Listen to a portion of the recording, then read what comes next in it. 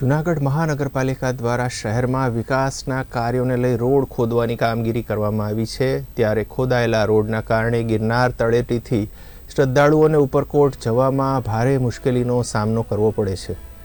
જૂનાગઢ મહાનગરપાલિકા દ્વારા સહેજની ટાંકીથી ગિરનાર દરવાજા સુધીનો માર્ગ પાણીની પાઇપલાઇનની કામગીરીને લઈને તોડવામાં આવ્યો છે। હાલ પાણીની પાઇપલાઇનની કામગીરી પૂર્ણ થઈ છે, પરંતુ રસ્તો બનાવવામાં આવ્યો ન હોવાથી ગિરનાર પર્વત જવા માટે શહેરમાંથી એકમાત્ર સહેજની ટાંકીથી ગિરનાર દરવાજાથી ભવનાથ તરફ જવાતું હોય છે। ત્યારે હાલ રસ્તો ખરાબ હોવાથી રસ્તામાં ખાડા પડી ગયેલા છે, જેના કારણે અહીંથી પસાર થવામાં જોખમ ઊભું થયું છે। ત્યારે શહેરમાં તાત્કાલિક ધોરણે આ રોડ બનાવવા માંગ કરવામાં આવી છે।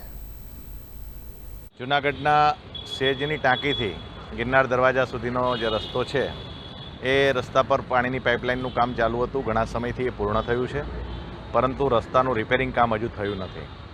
તો સવાલ એ છે કે એ રસ્તા પર ખૂબ મોટી અવરજવર છે અને ત્યારે આ અવરજવરને કારણે આ લોકોને ખૂબ મુશ્કેલી પડે છે, તકલીફ પડે છે અને ભવનાથને જોડતો સિટીનો આ એક રોડ છે।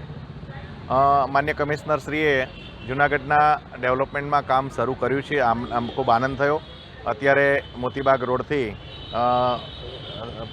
ઝાંસીની રાણી સુધીનો રોડ ખૂબ સારી રીતે ડેવલપ થઈ રહ્યો છે, પણ સાથે સાથે એમની પાસે અપેક્ષા રાખીએ કે જ્યાં જ્યાં પાણીના લાઇનના કામ ચાલુ છે ત્યાં પાછળ જ તાત્કાલિક ધોરણે રિપેર કરવામાં આવે, જેથી પ્રજાને હાડમારી મુશ્કેલી ન પડે।